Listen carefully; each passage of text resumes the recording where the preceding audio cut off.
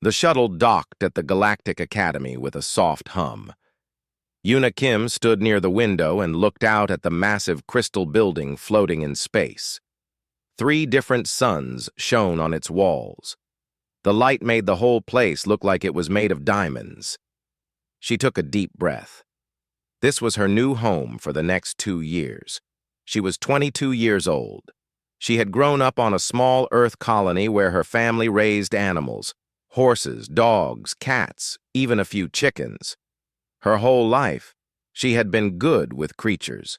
They came to her easily. They trusted her. But the creatures she would meet here were nothing like the ones back home. A guide met her at the dock. It was a small floating robot with a soft blue light. "Welcome to the Galactic Academy of Species Integration," it said.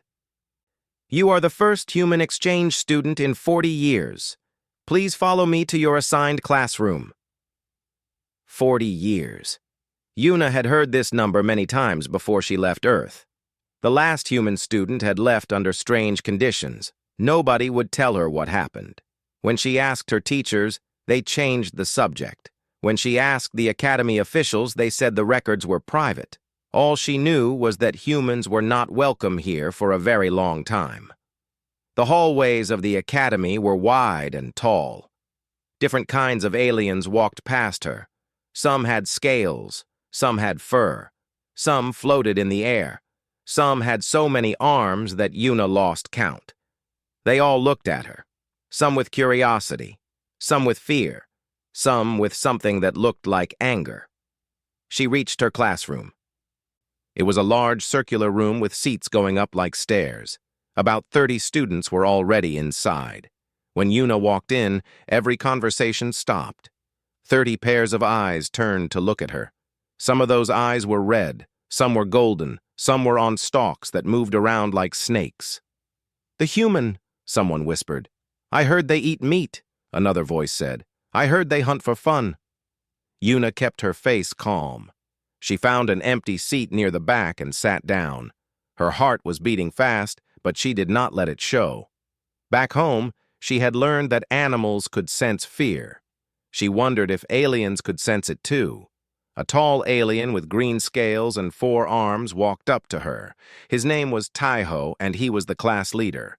His eyes were cold. "Why are you here?" he asked. His voice was not friendly. "I am here to learn," Yuna said simply. "Same as everyone else." "Your kind was banned from this academy," Taiho said. "There is a reason for that." "Do you know what your people did?" "No," Yuna admitted. "I asked, but nobody would tell me." Taiho stared at her for a long moment. Then he turned and walked back to his seat without another word. The professor arrived. It was a being made of pure light. It had no body, just a glowing shape that changed colors as it spoke. Its name was Professor Sunwoo. "Welcome to Fear Integration Studies," the professor said. Its voice was soft but filled the whole room. "In this class, you will learn to face your deepest fears. You will learn to control them, and you will learn to summon your fear beast." Yuna had read about fear beasts before coming here. Every intelligent species had one. It was a creature that came from inside your mind. It was the shape of everything your species had ever been afraid of, the thing that made your ancestors run, the thing that made them hide, the thing that kept them alive by making them scared. "Next week," Professor Sunwoo continued, "we will have our first summoning. Each of you will call forth your fear beast. You will face it. You will learn from it. This is the first step to mastering your emotions."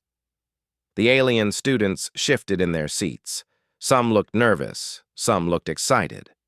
Yuna noticed that a few of them glanced at her with something new in their eyes. Curiosity, maybe, or worry. After class, a small alien with wings like a moth approached Yuna. Her skin glowed softly and her eyes were large and gentle. Her name was Mirai. "I am sorry about Taiho," Mirai said quietly. "He is not usually so rude. It is just... There are many stories about humans. Scary stories." "What kind of stories?" Yuna asked. Mirai looked around to make sure no one was listening. They say humans are the greatest predators in the galaxy. They say you can run for days without stopping. They say you form bonds with dangerous animals and make them do your bidding. They say you are not afraid of anything. Yuna almost laughed. That is not true. Humans are afraid of many things. The dark, heights, spiders, being alone. Mirai tilted her head. Then why do they say these things? I do not know, Yuna said honestly. Maybe I will find out. That night, Yuna lay in her small dormitory room and thought about the summoning. What would her fear beast look like? What did humans fear most? She thought about all the things that had scared her as a child: thunderstorms, the monster under the bed, the wolf that howled in the hills near her home. But then she remembered something else. She remembered how her grandmother used to tell her stories about wolves. Not scary stories. Stories about how wolves and humans used to live together. How humans took the scariest predator in their world and made it into a friend. She fell asleep thinking about this. Outside her window, 3 suns set slowly behind the crystal walls of the academy. And somewhere deep inside her mind, something old and quiet began to stir. The fear chamber was the largest room Yuna had ever seen. It was a dome so big that clouds formed near the ceiling. The walls glowed with blue energy that hummed softly. This energy was meant to contain whatever the students summoned. It was meant to keep everyone safe. 30 students stood in circles drawn on the floor. Each circle was far from the others. Professor Sunwoo floated in the center of the room, its light shifting from blue to gold. Today you will summon your fear beast for the first time, the professor said. Do not be afraid. The containment field will keep them from harming you. Your task is simply to let them appear. Look at them. Understand them. Taiho was the first to summon. He closed his eyes and his body began to shake. The air around him grew cold. Then, from the shadows at his feet, something rose. It was a serpent made of darkness. It had no eyes, but Yuna could feel it looking at everything. It was as tall as 3 men standing on top of each other. Its body twisted and coiled like smoke. The other students gasped. Some stepped back even though they were inside their own circles. The serpent opened its mouth and showed teeth that looked like broken glass. Good, Professor Sunwoo said calmly. The Valorian fear beast. Your ancestors were hunted by creatures that lived in the deep waters. They learned to fear what moved in the dark. Taiho opened his eyes and looked at his serpent. His face was pale, but he stood straight. The serpent hissed at him but stayed inside the circle. Next was Mirai. Her summoning was quieter but no less disturbing. From her glowing skin came hundreds of small shapes. They were insects made of light and shadow. They flew around her in a storm, their wings making a clicking sound that filled the room. Some students covered their ears. The Kithrani feared swarms, the professor explained. Things that came in numbers too great to count.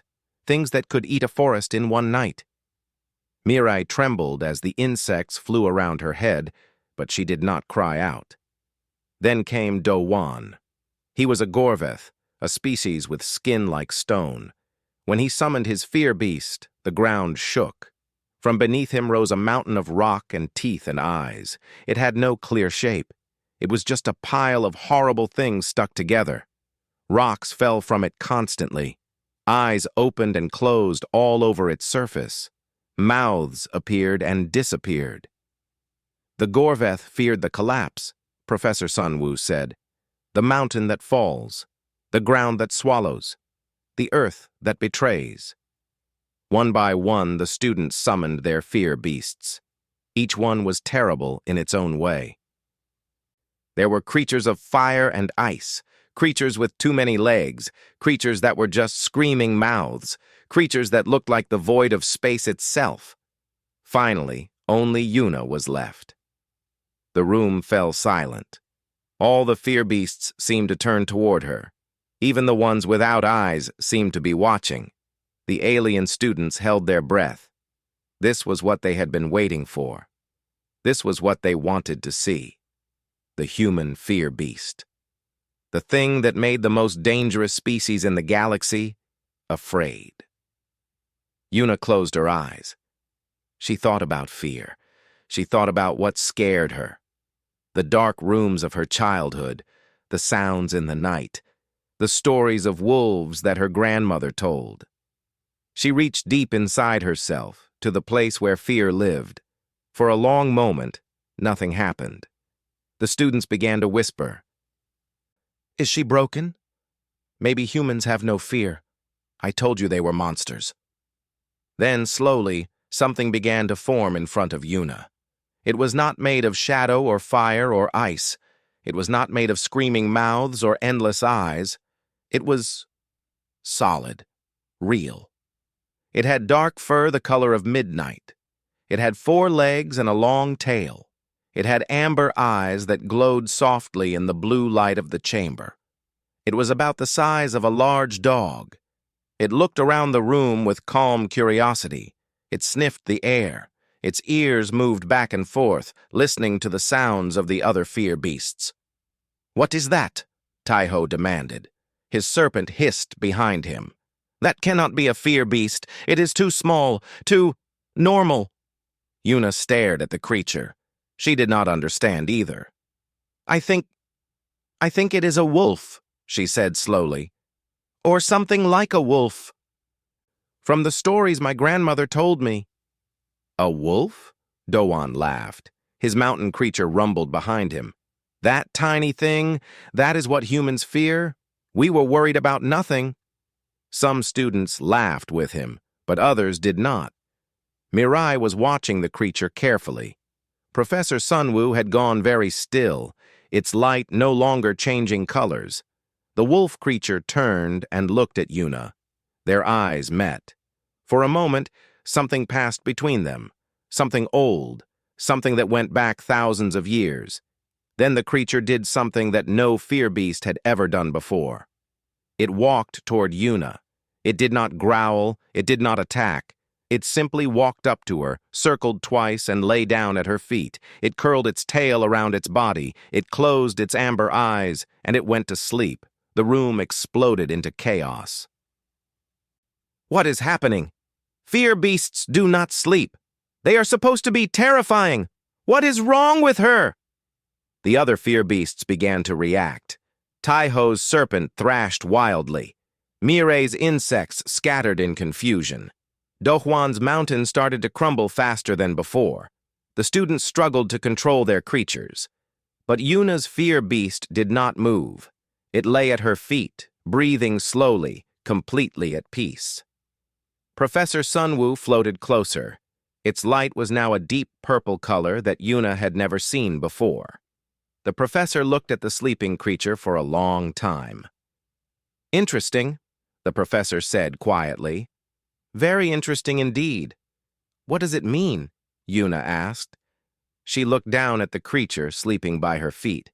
It looked so peaceful, so harmless. Why is it not scary like the others? Professor Sunwoo did not answer right away. When it finally spoke, its voice was softer than before. Come to my office after class, Yuna Kim. We have much to discuss. The class ended, but the whispers did not stop. As Yuna left the fear chamber, she could feel everyone watching her. She could hear them talking about her, about the human whose fear beast fell asleep. She did not know what it meant, but she knew that everything had changed. The rumors spread through the academy like fire. By the next morning, everyone knew about the human whose fear beast fell asleep. Some students laughed at Yuna. They called her broken. They said humans were not as scary as the stories claimed, but others were not laughing. They watched her with new eyes. They wondered what kind of creature could be so at peace with fear. Yuna sat alone in the dining hall, eating food that tasted like nothing. She missed the simple meals from home, rice and vegetables and the meat her father cooked on special days. Here, the food was made by machines that tried to guess what each species liked to eat. They never got it quite right. Mirei sat down across from her. The moth-like alien looked tired. her wings folded close to her body. "How are you feeling?" Mirai asked. "Confused," Yuna admitted. "I do not understand what happened yesterday. My fear beast should have been scary. That is what fear beasts are, but mine just slept." "I have been thinking about it," Mirai said. "I want to help you find answers. I spoke to Taiho and Dohwan. They want to help too." Yuna was surprised. "Taiho? He does not like me." "He does not understand you," Mirai corrected. "That is different. What happened yesterday scared him. He wants to know why." That night, the four of them met in the Academy archives. It was a vast room filled with glowing screens that held records going back thousands of years. Every species, every event, every student who had ever attended the Academy was recorded here. Taiho worked the controls with his 4 arms. "I am looking for records of the last human student," he said. "His name was Jihun. He left the Academy 40 years ago." The screen flickered. A file appeared, but most of it was blocked by red symbols. "Classified," Dohwan growled. His stone face showed frustration. "Why would a student file be classified?" "There is some information here," Mirai said, pointing to a small section that was not blocked. "It says he left after a containment breach in the fear chamber. His fear beast caused damage." "What kind of damage?" Yuna asked. "It does not say. The rest is hidden." They searched for hours but found nothing more. Every record about humans was either missing or classified. It was as if someone had worked very hard to hide the truth. The next day, Yuna went to see Professor Sunwoo. The professor's office was a room with no walls, just floating platforms in a space that seemed to go on forever. Stars twinkled in the distance, though Yuna knew they were just lights. "You have questions," Professor Sunwoo said. It was not a question. "Yes," Yuna said. "Why is my fear beast different? Why did it sleep?" The professor's light shifted to a gentle gold color. "Tell me, Yuna Kim, what do you think a fear beast is?" "It is the shape of what our species fears," Yuna answered. "The thing that scared our ancestors." "Close," the professor said, "but not complete. A fear beast is not just what your species fears. It is what made your species afraid. The evolutionary pressure. The force that shaped how your ancestors survived." Yuna thought about this. So Taiho's serpent is not just something his people feared. It is the reason they developed fear in the first place. Exactly. For most species in this galaxy, fear is a warning system. It tells them to run, to hide, to fight. Fear kept them alive. But humans... The professor paused, its light flickering. "Humans did something different." "What did we do?" "You domesticated your fear." Yuna did not understand. "What does that mean?" Professor Sunwoo floated closer. "On your world, there was a creature that hunted humans. It was fast and strong and smart. It had sharp teeth and worked in packs. Your ancestors should have feared it above all else. They should have run from it, built walls against it, prayed for protection from it."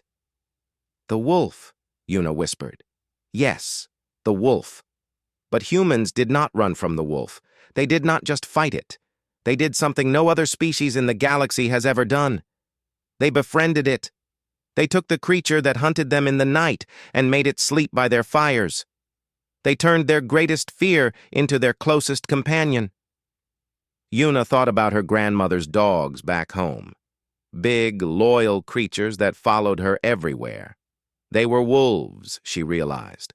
Wolves that humans had changed over thousands of years. "Your fear beast is not a monster," the professor continued. "It is the echo of humanity's oldest companion. The wolf that became the dog. The shadow that became a friend. It sleeps because humans learned to sleep beside their fears. It is calm because humans taught their fears to be calm." "But why does this scare other species?" Yuna asked. "If our fear is tame, should they not feel safe around us?" Professor Sunwoo's light turned a deep, thoughtful purple. Think about it, Yuna Kim. Every species in this galaxy runs from its fears. They build their entire civilization around avoiding the things that scare them. Then they meet humans, a species that takes its fear, looks it in the eye, and makes it lie down at their feet. The professor paused. That is not comforting. That is terrifying. If humans can tame their own fear, what else can they tame? What else might they make lie down at their feet? Yuna understood now. The other species were not afraid of what humans feared. They were afraid of what humans had done to their fear. They were afraid of a species that could look at the darkness and decide to make it a friend. What happened to Jihoon? She asked. The human who was here before me? The professor's light dimmed slightly. That is a story for another time. For now, know this. You have a gift, Yuna Kim, a gift that no other species possesses. Use it wisely. Yuna left the professor's office with more questions than answers. But she also left with something new, understanding. She finally knew why the other students looked at her with fear in their eyes. It was not because humans were monsters. It was because humans had learned to live with their monsters. And somehow, that was even scarier. 3 weeks passed. Yuna grew closer to Mirai, Taiho, and Do-hwan. They studied together. They ate together. They asked her questions about Earth, and she answered as best she could. Slowly, fear turned to curiosity. Curiosity turned to something like friendship. The class had named her Fear Beast. They called it Haru. The word meant day in Korean. Yuna liked the name. It was warm and bright, like the creature itself. Today was an advanced exercise in the fear chamber. Professor Sunwoo wanted the students to practice controlling their fear beasts while they were active. It was supposed to be safe. The containment field was stronger than ever. Nothing could go wrong. But something did go wrong. A student named Jisoo was struggling. She was a quiet girl from a species that Yuna did not know much about. Her fear beast was different from the others. It was not made of shadow or teeth or eyes. It was made of nothing, a void, a hole in the shape of a creature. It did not roar or hiss. It simply consumed. It ate light. It ate sound. It ate fear itself. Control it, Jisoo, Professor Sunwoo said. But there was worry in the professor's voice. Jisoo was crying. Her hands were shaking. I cannot, she whispered. It is too hungry. It wants more. The void creature began to grow. It reached out toward the nearest fear beast, a small fire creature belonging to a student Yuna did not know well. The fire creature tried to run, but it was too slow. The void touched it. The fire went out. The creature was gone. The student who owned the fire creature screamed and fell to the ground. Containment breach, someone yelled. Alarms began to ring. Red lights flashed across the dome. The void creature grew larger. It reached for another fear beast, then another. Each time it consumed one, it got bigger. The students panicked. They ran for the exits, but the doors were sealed. Emergency protocol. Nothing could get in or out. Everyone stay calm, Professor Sunwoo shouted. But even the professor looked afraid. Its light was flickering wildly. Taiho's serpent thrashed in fear. It wanted to flee, but there was nowhere to go. Do-hwan's mountain creature was crumbling, rocks falling everywhere. Mirai's insects scattered in every direction, their clicking sound filling the air with chaos. The void creature turned toward the crowd of students. It was as tall as the dome now. It blocked out the blue light of the containment field. It was hungry, so hungry. It reached out with arms made of nothing. Yuna looked at Haru. The wolf creature was awake now, standing beside her. Its amber eyes watched the void creature without fear. It did not growl. It did not bare its teeth. It simply watched. What are you doing? Mirai grabbed Yuna's arm. We need to hide. Hide where? Yuna asked. She looked at the sealed doors, at the students pressed against the walls, at the fear beasts going wild with terror. There is nowhere to hide. She made a decision. She stepped forward. Yuna, no! Taiho shouted. "It will consume you!" But Yuna kept walking. Haru walked beside her, matching her pace. The other students stared in disbelief. The void creature turned its attention toward them. It sensed new prey, new fear to consume. Yuna stopped about 20 steps from the void creature. It loomed over her like a mountain made of darkness. She could feel it pulling at her, trying to find her fear, trying to eat it. But her fear was not running. Her fear was standing beside her, calm and quiet. "It is okay," Yuna said softly. She was not sure if she was talking to Haru, to the void creature, or to herself. "I am not going to run." The void creature reached for her. Its arm of nothing came closer and closer. The students screamed. Professor Sunwoo tried to move forward but was too slow. Haru did not attack. Instead, the wolf creature did something unexpected. It walked forward past Yuna and lay down in front of the void creature, right in its path, right where it could be easily consumed. The void creature stopped. Its arm of nothing hovered over Haru. It reached down, trying to consume the wolf creature's fear, trying to eat it like it had eaten the others. But there was nothing to eat. Haru was not afraid. The wolf creature lay there, eyes half closed, completely at peace. It was not resisting. It was not fighting. It was simply existing, without fear, without terror, without anything for the void to consume. The void creature did not know what to do. It had always been fed by fear. Every creature it touched was afraid, and that fear made it stronger. But this creature had no fear to give. There was nothing to eat. The void creature began to shrink. It pulled back its arm. It moved away from Haru. It was confused, lost. For the first time in its existence, it did not know what to do when faced with something that was not afraid. Yuna walked forward and knelt beside Haru. She placed her hand on the wolf creature's fur. It was warm, real, alive. "It is okay," she said again, this time to Jisu's void creature. "You do not have to be hungry. You can rest." The void creature continued to shrink, smaller and smaller. The students watched in silence. The alarms stopped ringing. The red lights faded. Jisu collapsed to her knees, sobbing. Her void creature was small now, barely larger than a house cat. It floated near her, quiet and still. Professor Sunwoo floated forward, its light a steady, calm blue. "The breach is contained," the professor announced. "Everyone is safe." The students looked at Yuna, at Haru, at the small void creature that had almost destroyed them all. Nobody spoke for a long time. Then Do-Wan laughed. It was a strange sound coming from his stone body, rough and deep. "The human stopped a void beast by taking a nap," he said. "I did not see that coming." A few other students laughed too. The tension broke. People started breathing again. Yuna scratched behind Haru's ears. The wolf creature made a sound almost like purring.